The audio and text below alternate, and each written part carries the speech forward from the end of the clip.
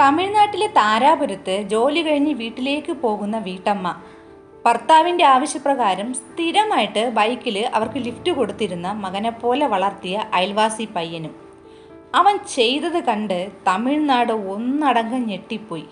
എന്താണെന്നല്ലേ, ആ സംഭവത്തിലോട്ട് നമുക്കൊന്ന് പോകാം. എൻ്റെ പേര് ഷീജ. ക്രൈം ത്രില്ലർ സ്റ്റോറീസ് കേൾക്കാൻ താല്പര്യമുള്ളവരാണ് നിങ്ങളെങ്കിൽ എൻ്റെ ഈ ചാനൽ ഒന്ന് സബ്സ്ക്രൈബ് ചെയ്യണേ. ഈ വീഡിയോയ്ക്ക് ഒരു ലൈക്കും തരൂ. Welcome back to Sheeja's creations. രാത്രിയായിട്ടും കടയടച്ച് ദണ്ഡപാണി വീടെത്തിയിട്ടില്ല. സാധാരണ 11 മണിയോടെ വരാറാണ് പതിവ്. പക്ഷേ ഇതിപ്പോൾ 12 മണി കഴിയാറായി. വിളിച്ചിട്ടാണെങ്കിൽ ഫോണിൽ കിട്ടുന്നുമില്ല. പിള്ളേരാണെങ്കിൽ അച്ഛനെയും കാത്ത് ആഹാരവും കഴിക്കാതെ ഇരിക്കുകയാണ്. ദേവി നല്ലോണം പറഞ്ഞു നോക്കി, മക്കളെ നിങ്ങൾ വല്ലതും കഴിച്ചിട്ട് കിടന്നുറങ്ങ്, അച്ഛൻ വന്നോളും, എന്തെങ്കിലും തിരക്ക് കാണും കടയിൽ. എവിടെന്ന് പിള്ളേർ കരച്ചിലോട് കരച്ചിൽ. കാരണം ദണ്ഡപാണി വരുമ്പോൾ 2 മക്കൾക്ക് ഒരു പൊതി കയ്യിൽ കാണും, പലഹാരപ്പൊതി. അത് കൊടുത്തിട്ട് അച്ഛനും മക്കളും ഒരുമിച്ചാണ് അത്താഴം കഴിക്കുന്നത്. അത്ര അറ്റാച്ച്ഡാണ് അച്ഛനും മക്കളും. ഇതിപ്പോൾ നേരെ ഒരുപാടായി. രാത്രി 1 മണി കഴിഞ്ഞു. ദേവിക്കും പിന്നീട് പേടിയായി തുടങ്ങി. അവർ ദണ്ഡപാണിയുടെ ചേട്ടനെ വിളിച്ച് വിവരം അറിയിച്ചു. ഒടുവിൽ ചേട്ടനും ദേവിയും 2-3 ബന്ധുക്കളും ഈ മക്കളും ഒക്കെ കൂടിയിട്ട് കടയിലും പിന്നെ ആ നാട്ടിലെ പല സ്ഥലങ്ങളിലൊക്കെ ദണ്ഡപാണിയെ തിരയാൻ തുടങ്ങി. ഒരിടവും ഇല്ല. രാത്രി ഒരു 2:30 മണിയോടെ ഇവർ പോലീസ് സ്റ്റേഷനിൽ എത്തുകയാണ്. 2-3 പോലീസുകാർ മാത്രമേ ആ സ്റ്റേഷനിൽ ഡ്യൂട്ടിക്കുള്ളൂ. SI ഇല്ല. അവിടെ ചെന്ന് ഇയാളെ കാണാനില്ല എന്നും പറഞ്ഞ് പരാതി കൊടുത്തപ്പോൾ അതൊരു ഹെഡ് കോൺസ്റ്റബിളാണ് വാങ്ങിയത് തന്നെ. അയാൾ പറഞ്ഞു, നിങ്ങൾ നല്ലോണം അന്വേഷിച്ചിട്ട് വേണം ഈ പരാതി തരാൻ. നാളെ SI വന്നിട്ട് ഇത് അന്വേഷിക്കുവാൻ തുടങ്ങുമ്പോൾ അയാളെ കിട്ടിയെന്നും പറയരുത്. അങ്ങനെ പിറ്റേ ദിവസം രാവിലെ SI വന്നു. അദ്ദേഹം ഈ പരാതി നോക്കി. ദണ്ഡപാണിയുടെ വീട്ടുകാരെ വിളിപ്പിച്ച് അയാളുടെ ഫോൺ നമ്പർ വാങ്ങി അത് സൈബർ സെല്ലിന് കൈമാറുകയാണ്. ദേവി SIയോട് പറഞ്ഞു, സാറേ, ഇന്നലെ വൈകുന്നേരം 5 മണി വരെ ഞാനും കടയിലുണ്ടായിരുന്നു. സൈബർ സെല്ല് നോക്കുമ്പോൾ അറിയാൻ കഴിഞ്ഞത് വൈകുന്നേരം 6:30 മണിയോടെ ഫോൺ സ്വിച്ച് ഓഫ് ആയി എന്നാണ്. പോലീസ് അന്വേഷണം തുടങ്ങി. ഒരു വിവരവും കിട്ടിയില്ല. 5-6 ദിവസത്തിന് ശേഷം പശുവിനെ കെട്ടാൻ പോയ ഒരാൾ ആ പറമ്പിലെ ഒരു പൊട്ട കിണറ്റിൽ നിന്നും ദുർഗന്ധം വരുന്നതായിട്ടും കിണറ്റിൽ എന്തോ കിടക്കുന്നതായിട്ടും കണ്ടെന്ന് സ്റ്റേഷനിൽ വിളിച്ച് അറിയിച്ചു. പോലീസ് ഉടനെ തന്നെ അങ്ങോട്ടേക്ക് പോയി. ബോഡി കിണറ്റിൽ നിന്നും പുറത്തെടുത്തു. ദണ്ഡപാണിയുടെ ബോഡിയാണെന്ന് ഭാര്യയും ബന്ധുക്കളും ഒക്കെ തിരിച്ചറിഞ്ഞു. ഓട്ടോപ്സിക്ക് അയച്ചു ബോഡി. ഓട്ടോപ്സി റിപ്പോർട്ടിൽ ദണ്ഡപാണിയുടേത് ഒരു മുങ്ങി മരണമല്ല, മറിച്ച് കത്തി കൊണ്ട് കുത്തി പരിക്കേറ്റതാണ് മരണകാരണമെന്ന് വ്യക്തമായി. ഇയാളെപ്പറ്റി എല്ലാവരോടും പോലീസ് അന്വേഷിച്ചു. വളരെ നല്ല അഭിപ്രായമാണ് ദണ്ഡപാണിയെപ്പറ്റി. നല്ലൊരു മനുഷ്യൻ. അയാൾക്കങ്ങനെ ഈ നാട്ടിലെങ്ങും ആരും ഒരു ശത്രു പോലുമില്ല എന്നാണ് എല്ലാവരും പറയുന്നത്. 4 മാസം കഴിഞ്ഞിട്ടും കൊല ചെയ്തതാരെന്ന് കണ്ടെത്താൻ പോലീസിന് കഴിഞ്ഞില്ല. ആകെ പോലീസ് ഈ ഒരു കേസിൽ വലഞ്ഞു. ഒരു ദിവസം കാട്ടിൽ വിറക് ശേഖരിക്കാൻ പോയ ഒരാൾ ഒരു ബൈക്ക് കിടക്കുന്നത് കണ്ട് പോലീസിനെ വിവരം അറിയിക്കുകയാണ്. അതൊരു കുറ്റിക്കാടായിരുന്നു. ആ കുറ്റിക്കാട്ടിലാണ് ഈ ഒരു ബൈക്ക് ഒറ്റപ്പെട്ട് കിടക്കുന്നത് കണ്ടെത്തിയത്. അത് ദണ്ഡപാണിയുടേതാണെന്നും കണ്ടെത്തി.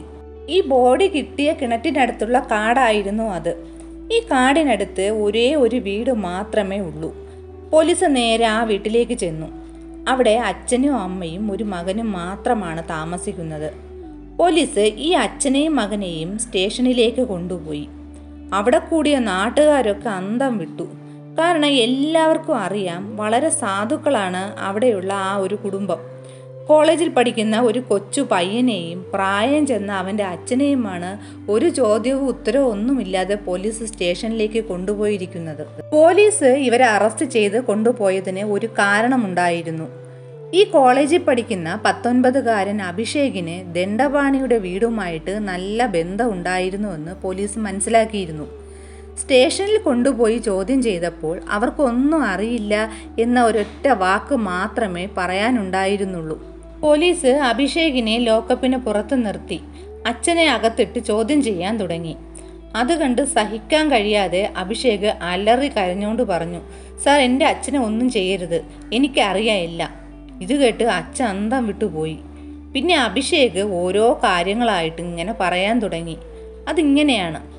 ദണ്ഡപാണിയുടെ മകനുമായിട്ട് അഭിഷേക് നല്ല കൂട്ടാണ്.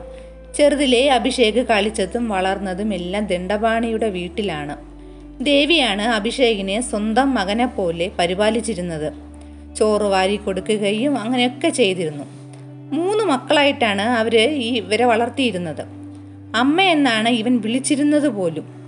ദണ്ഡപാണിയുടെ കുടുംബത്തിനെ പറ്റി പറയുകയാണെങ്കിൽ, പളനിക്കടുത്തുള്ള താരാപുരത്ത് കീഴനെല്ലൂർ എന്ന ഒരു കാർഷിക ഗ്രാമത്തിലാണ് ദണ്ഡപാണിയും കുടുംബവും താമസിച്ചിരുന്നത്. താരാപുരത്ത് ഒരു പച്ചക്കറി കടയുണ്ട് അയാൾക്ക് സ്വന്തമായിട്ട്. ഇവർക്ക് 2 മക്കളാണുള്ളത്. 10ഉം 12ഉം വയസ്സൊക്കെ പ്രായമുള്ള ഒരു ആൺകുട്ടിയും പെൺകുട്ടിയും. പച്ചക്കറി കടയിലാണെങ്കിൽ 2 സ്റ്റാഫുകളും ഉണ്ട്. വീട്ടിലെ ജോലിയെല്ലാം ഒതുക്കിയ ശേഷം ദേവിയും ഈ കടയിൽ പോയിട്ട് സഹായിക്കും. ദേവി കടയിലെത്തുമ്പോഴാണ് ദണ്ഡപാണി കുറച്ച് വിശ്രമിക്കുന്നത്. സാമ്പത്തികമായിട്ട് യാതൊരു പ്രശ്നങ്ങളൊന്നുമില്ലാത്ത കുടുംബം. എല്ലാം നല്ല രീതിയിൽ നല്ല സന്തോഷത്തിൽ പൊയ്ക്കൊണ്ടിരുന്നു. ദേവി ഉച്ച മുതൽ വൈകുന്നേരം വരെ കടയിൽ കാണും. അതിനുശേഷമാണ് അവർ വീട്ടിലോട്ട് പോകുന്നത്. അഭിഷേക് കോളേജിലായി. അപ്പോൾ അവൻ്റെ അച്ഛനും അമ്മയും അവനൊരു ബൈക്ക് വാങ്ങി കൊടുക്കുകയാണ് കോളേജിൽ പോകുന്നതിനും വരുന്നതിനും വേണ്ടിയിട്ട്. കോളേജിൽ പോയിട്ട് തിരിച്ച് വീട്ടിലേക്ക് പോകുന്നത് ഈ ദണ്ഡപാണിയുടെ കടയുടെ മുന്നിലൂടെയാണ്. ഒരു ദിവസം വീട്ടിലേക്ക് പോയ അഭിഷേകിനോട് ദണ്ഡപാണി ചോദിച്ചു, എടാ നീ എന്തായാലും ഈ ബൈക്കിലല്ലേ വീട്ടിലോട്ട് പോകുന്നത്, അമ്മയും കൂടെ ഒന്ന് നീ വീട്ടിലോട്ട് ആക്കിയിട്ട് പോ. അതിനെന്താ എന്നും പറഞ്ഞ് ദേവിയെയും ബൈക്കിലിരുത്തി അഭിഷേക് പോയി. പിന്നെ എന്നും ഇതൊരു സ്ഥിരമായിരുന്നു. അഭിഷേകിനോട് പോകുന്ന വഴി ദേവിയെയും കൂടെ കൊണ്ടാക്കിയിട്ട് പോകാൻ ദണ്ഡപാണി പറഞ്ഞു. ആദ്യം ഒന്നും ഒരു പ്രശ്നവും ഇല്ലാതെ മുന്നോട്ട് പോയി. ഇനി നമുക്ക് അഭിഷേക് പോലീസിനോട് പറഞ്ഞ കാര്യത്തിലോട്ട് വരാം. സ്ഥിരമായി ദേവിയമ്മയും വീട്ടിലാക്കി പൊയ്ക്കൊണ്ടിരുന്ന അഭിഷേകിനോട് ഏതോ ഒരു സമയത്ത് ദേവിക്ക് ഒരു കമ്പം തോന്നുകയാണ്. മകനോടുള്ള ഒരു രീതി വിട്ടുള്ള അവരുടെ പെരുമാറ്റം അഭിഷേകിന് പെട്ടെന്ന് മനസ്സിലായി. അവൻ വിഷമത്തോടെ അവരിൽ നിന്നും ഒഴിഞ്ഞു മാറാൻ തുടങ്ങി. കാരണം സ്വന്തം പെറ്റമ്മയെക്കാളും സ്നേഹിച്ച വളർത്തമ്മയാണ് അവർ. അവരുടെ ഈ സ്വഭാവത്തിലും പെരുമാറ്റത്തിലുള്ള മാറ്റം കണ്ട് ആ പയ്യന് വളരെ വിഷമം തോന്നി. ആരോടും ഒന്നും പറയാനും പറ്റില്ല. പലവട്ടം ദേവിയെ വൈകുന്നേരം കൊണ്ടാക്കുന്ന പരിപാടിയിൽ നിന്നും ഒഴിഞ്ഞപ്പോഴെല്ലാം ദേവി പരാതി പറഞ്ഞത് ദണ്ഡപാണിയോടായിരുന്നു. ദണ്ഡപാണിയാണെങ്കിലോ കാര്യങ്ങളൊന്നും മനസ്സിലാക്കാതെ അഭിഷേകിനെ വിളിച്ചു വരുത്തി അമ്മയെ കൊണ്ടാക്കി കൊടുക്കുക എന്ന് ആവശ്യപ്പെട്ടുകൊണ്ടിരുന്നു. ദേവിക്കറിയാം ദണ്ഡപാണി അവനെ അനുസരിപ്പിക്കുമെന്ന്. പോകെ അഭിഷേകിനും ഒരു പരിധി കഴിഞ്ഞപ്പോൾ കാര്യങ്ങൾ സ്വന്തം കൈവിട്ടു പോവുകയാണ്. അവനും ദേവിയുമായിട്ട് നല്ല രീതിയിൽ അടുത്തു. അമ്മയും മകനും എന്ന നിലവിട്ട് ഒരു അവിഹിതത്തിലോട്ട് ഇവരുടെ ബന്ധം വഴിമാറി. ഏകദേശം 1 വർഷത്തോളം ഇതാരും അറിയാതെ ഇവർ മുന്നോട്ട് കൊണ്ടുപോയി. പക്ഷേ ദണ്ഡപാണിക്ക് ദേവിയുടെ സ്വഭാവത്തിലും പെരുമാറ്റത്തിലും അടിമുടി സംശയം തോന്നി തുടങ്ങി. കാരണം ദണ്ഡപാണിയുടെ കാര്യത്തിലൊന്നും ദേവിക്ക് യാതൊരു ശ്രദ്ധയുമില്ല. എപ്പോഴും അഭിഷേകിനെ പറ്റി മാത്രമേ സംസാരമുള്ളൂ. അഭിഷേക് വന്നാൽ അവൻ്റെ കൂടെ ബൈക്കിൽ പോകാൻ വലിയ ഉത്സാഹവുമാണ്. മകനോടുള്ള ഒരു വാത്സല്യമല്ല ദേവിയുടെ കണ്ണിൽ ദണ്ഡപാണിക്ക് കാണാൻ കഴിഞ്ഞത്. സ്വന്തം മക്കളുടെ കാര്യം പോലും അവൾ ശ്രദ്ധിക്കാറില്ല. ഇതൊന്നും അയാൾക്ക് ഇവരോട് ചോദിക്കാനും പറ്റുന്നില്ല. എന്തേലും ചോദിച്ചാൽ മകനെപ്പോലെ കണ്ടു വളർത്തിയവനെയും വച്ച് സംശയിക്കുന്ന ഒരു വൃത്തികെട്ടവനായി തന്നെപ്പറ്റി വിചാരിച്ചാലോ എന്ന ഭയവും അയാൾക്കുണ്ടായിരുന്നു. കാരണം ഒന്നിനും തെളിവില്ല, എല്ലാം ഒരു സംശയം മാത്രമാണ്. ഇനി താൻ സംശയിക്കുന്ന പോലെ ഒന്നും ഇല്ലെങ്കിൽ അതൊരു വലിയ മഹാപാപവും ആകും. ഇവരുടെ 2 പേരുടെ മുഖത്തോട്ട് പിന്നെ നോക്കാനും പറ്റത്തില്ല. ഇങ്ങനെ ഇത്തരത്തിലുള്ളൊരു ചിന്തകളൊക്കെ ആയിരുന്നു ആ പാവം മനുഷ്യൻ്റെ മനസ്സ് മുഴുവൻ. ഒരു വഴി അയാളുടെ മുന്നിൽ അപ്പോൾ തെളിഞ്ഞു വന്നു. ഇവർ ഈ 5 മണിക്ക് ബൈക്കിൽ പോകുമ്പോൾ ഇവരെ ഫോളോ ചെയ്ത് പോകാം. അങ്ങനെ പതിവ് പോലെ അഭിഷേക് കടയിൽ വന്നു. ദേവിയും കൂട്ടി അവൻ പോയി. അതിന് പിന്നാലെ കടയടച്ച് ദണ്ഡപാണിയും ബൈക്കിൽ പുറപ്പെട്ടു. അയാൾ ആർക്കും ഒരു സംശയം തോന്നാതിരിക്കാൻ ബൈക്ക് ഒരു കുറ്റിക്കാട്ടിൽ കൊണ്ടുവച്ചിട്ട് സ്വന്തം വീട്ടിലോട്ട് നടന്നാണ് പോയത്. അവിടെ ചെല്ലുമ്പോൾ അഭിഷേകിൻ്റെ ബൈക്ക് വീട് മുറ്റത്തിരിക്കുന്നു. വാതിൽ തുറക്കാൻ ശ്രമിച്ചപ്പോൾ കുറ്റിയിട്ടിരിക്കുകയാണ് അകത്ത്. വാതിൽ മാത്രമല്ല, ജനാലകളും അടച്ചിരിക്കുന്നു. മക്കൾ 2 പേരും എന്തായാലും ആ നേരത്ത് അവിടെ കാണത്തില്ല. കാരണം അവർ 2 പേരും ട്യൂഷന് പോകും. മൊത്തത്തിൽ സംശയം തോന്നിയ അയാൾ പിന്നെ ഒന്നും നോക്കിയില്ല. വാതിൽ തല്ലി പൊളിച്ച് നേരെ അകത്ത് കയറി. മുറിക്കകത്ത് അയാൾ കണ്ട കാഴ്ച ഞെട്ടിക്കുന്നതായിരുന്നു.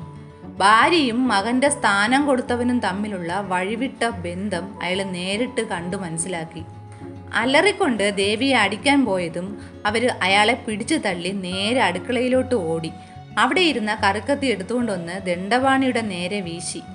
അത് തടയാൻ ശ്രമിച്ച അയാളെ അവർ കഴുത്തിന് കുത്തി വീഴ്ത്തി. ചോര ചീറ്റുന്നത് കണ്ട് അഭിഷേക് വിരണ്ടു. അവിടെ കിടന്ന് ദണ്ഡപാണി മരിക്കുകയും ചെയ്തു. പേടിച്ച് വിറച്ച് നിന്ന അഭിഷേകിനോട് ഇത് പേടിക്കേണ്ട സമയമല്ല എന്ന് ധൈര്യം കൊടുത്ത് ഈ മൃതദേഹത്തിനെ ചാക്കിലാക്കി ആ കാട്ടിനടുത്തുള്ള കിണറ്റിൽ കൊണ്ടുപോയിട്ട് രണ്ടുപേരും തള്ളുകയാണ് ചെയ്തത്. പിന്നീട് ഇനി നമുക്ക് ആരെയും പേടിക്കണ്ട എന്ന് പറഞ്ഞ് ദേവി അഭിഷേകിന് വീണ്ടും ധൈര്യമൊക്കെ കൊടുത്തു. ഇവരങ്ങ് പോവുകയും ചെയ്തു. അഭിഷേകിൽ നിന്നും ഇത്രയും അറിഞ്ഞ പോലീസ് ദേവിയെ അറസ്റ്റ് ചെയ്യുകയാണ്. മക്കൾ പോലും ഒടുവിൽ ഈ സ്ത്രീയെ തള്ളി പറഞ്ഞു. നാട്ടുകാരെല്ലാം തെളിവെടുപ്പിന് കൊണ്ടുവന്ന ഇവരെ തൂക്കിക്കൊല്ലണമെന്ന് പറഞ്ഞ് പ്രകോപിതരായി. ഇപ്പോഴും ഈ കേസിന് വിധി വന്നിട്ടില്ല. ഇവർ രണ്ടുപേരും ജയിലിലാണ്. ഈ ഒരു സംഭവത്തിനെ പറ്റിയുള്ള നിങ്ങളുടെ അഭിപ്രായം എന്തെന്ന് കമൻറ്റ് ചെയ്യൂ. പുതിയൊരു ക്രൈം ത്രില്ലർ സ്റ്റോറിയുമായി വീണ്ടും വരാം. Thanks for watching.